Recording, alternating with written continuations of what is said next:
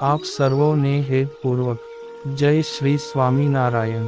આજની સત્સંગ કથા વાર્તા નિજ મંદિર સાવરકુંડલા। જય શ્રી સ્વામિનારાયણ। આજે આપણે માઘ સ્નાન ના વિધિ વિધાન વિશે યથાયોગ્ય કથા વાર્તા સાંભળશું। પોષ સુદ પૂનમથી મહાસુદ પૂનમ એક માસ સુધી કડકડતી ઠંડી માંગ વહેલી સવારે ઠંડા પાણીથી સ્નાન કરવું એ માઘ સ્નાન કહેવાય છે। ભારત ઋષિ મુનિઓનો દેશ છે। ઋષિ મુનિઓએ પોતાના જ્ઞાનના અનુભવોના નિચોડ રૂપે સમાજના કલ્યાણ માટે શાસ્ત્રોની રચના કરી છે। તેમજ આપણા સ્વાસ્થ્ય તેમજ આનંદ માટે ઋતુ પ્રમાણે ઉત્સવોનું નિર્માણ કરેલ છે। ચાતુર્માસ દરમિયાન વિવિધ વ્રતો, નવરાત્રિ દરમિયાન ઉપવાસ, એકાદશી ઉપવાસ વગેરે વિજ્ઞાનની દ્રષ્ટિએ પણ આરોગ્યવર્ધક સાબિત થયા છે। આવા વ્રતો જો ભગવાને પ્રસન્ન કરવામાં આવે તો મોક્ષમૂલક બની જાય છે। માટીના કોરા માટલા માંગ સાંજે પાણી ભરવામાં આવે છે અને વહેલી સવારે આ ઠંડા પાણીથી સ્નાન કરાય તેને માઘ સ્નાન કહેવાય છે। કડકડતી ઠંડીમાં માઘ સ્નાનથી પ્રથમ શરીર થીજી ગયાની અનુભૂતિ થાય છે। ત્યારબાદ ઠંડી જ ગાયબ થઈ જાય છે। આ માઘ સ્નાન સાહસિકતા અને ધાર્મિકતાના ગુણો વધારે છે। માઘ સ્નાન દરમિયાન અરુણોદયથી આરંભીને પ્રાતઃકાળ પર્યંતના માઘ સ્નાનના સમયને ઋષિ મુનિઓએ પુણ્ય આપનારો કહેલો છે। તેનાથી પણ તારા દેખાતા હોઈને જે માઘ સ્નાન કરવું તે સર્વોત્તમ સ્નાન કહેલું છે। તારા દેખાતા બંધ થાય તે સમયે જે સ્નાન કરવું તે મધ્યમ સ્નાન કહેલું છે અને સૂર્યોદય થાય ત્યારે સ્નાન કરવું તે કનિષ્ઠ સ્નાન કહેલું છે।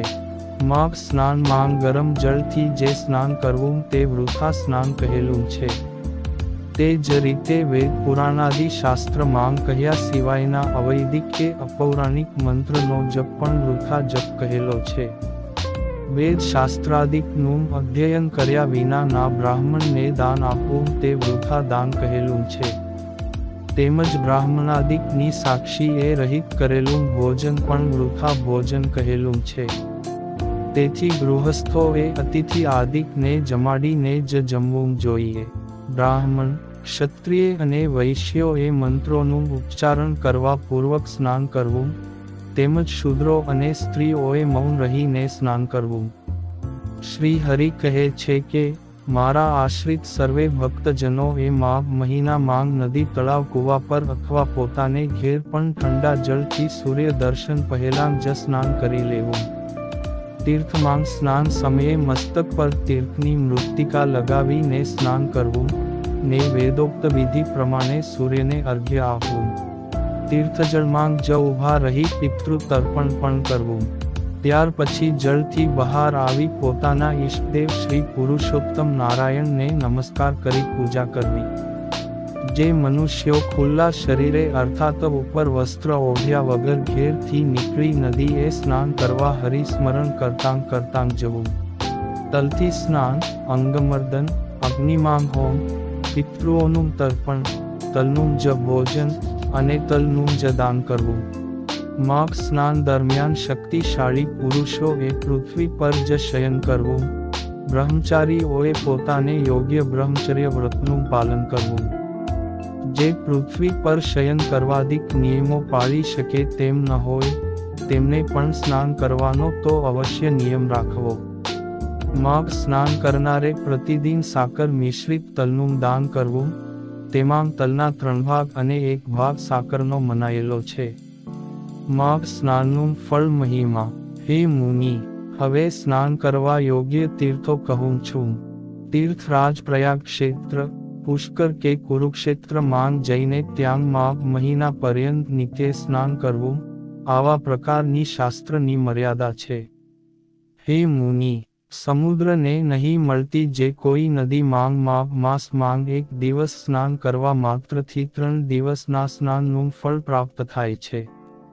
તેમજ સમુદ્રને મળતી નદીમાં સ્નાન કરવાથી 1 પખવાડિયાના સ્નાનનું ફળ પ્રાપ્ત થાય છે। અને નદીઓના પતિ સમુદ્ર માગ માસ દરમિયાન માત્ર એક દિવસ સ્નાન કરવા માત્રથી આખા મહિનાના સ્નાનનું ફળ પ્રાપ્ત થાય છે. સરોવર, નદી કે સમુદ્રના જળ માંગ સ્નાન કરવાના અભાવ માંગ માટીના નવા ઘડા માંગ જળ ભરી રાખી ને રાત્રિ એ ખુલ્લી જગ્યાએ વાયુના આઘાતથી અતિશય ઠંડા થયેલા જળથી માંગ સ્નાન કરવું તે ગંગા જળ માંગ સ્નાન કર્યા બરાબર મુનિઓએ કહ્યું છે. જે મનુષ્યો ખુલ્લા શરીરે અર્થાત ઉપર વસ્ત્ર ઓઢ્યા વગર ઘેરથી નીકળી નદીએ સ્નાન કરવા હરિસ્મરણ કરતાં જાય ને ત્યાં એ જ રીતે સાક્ષાત સ્નાન કરે ને ફરી ખુલ્લા શરીરે જ ઘેર પરત ફરે છે તે મનુષ્ય હરિસ્મરણ સાથે પગલે પગલે અશ્વમેઘ યજ્ઞનું ફળ પામે છે.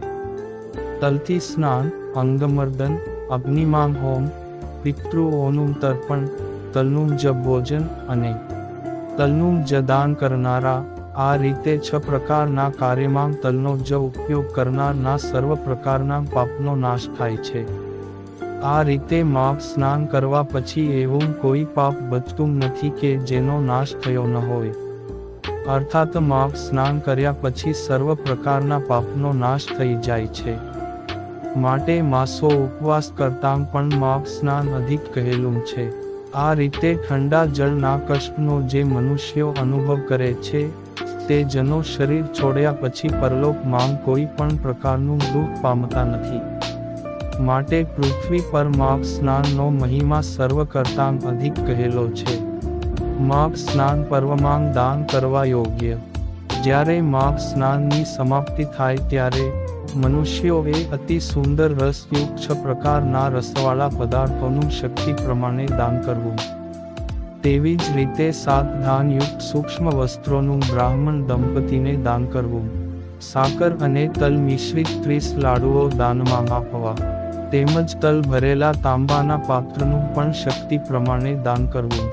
ધાબળા, મૃગચર્મ, વસ્ત્રો અને અનેક પ્રકારના રત્નો તેમજ સુંદર ડગલી, સુરવાળ આદિકનું પણ દાન કરવું. પગની રક્ષા કરતાં પગરખાં, પાપનો વિનાશ કરનારા મોજા તથા પોતાને ગમતી જે કોઈ બીજી વસ્તુ હોય તેનું પણ દાન કરવું. પોતાનો અભ્યુદય ઈચ્છતા માગ સ્નાન કરનાર મનુષ્ય તે સર્વ પદાર્થોનું માગ સ્નાન કરતા વિપ્રને માગ માસ માંગ દાન કરવું ને બોલવું કે આ મારા અલ્પ સરખા દાનથી હે માધવ ભગવાન મારા ઉપર પ્રસન્ન થાઓ, આવી શ્રદ્ધાપૂર્વક પ્રાર્થના કરવી. આમ વિધિવત માગ સ્નાન કરવાથી પાપોનો નાશ થાય ને ઉત્તમોત્તમ ફળની પ્રાપ્તિ થાય છે. જય શ્રી સ્વામિનારાયણ.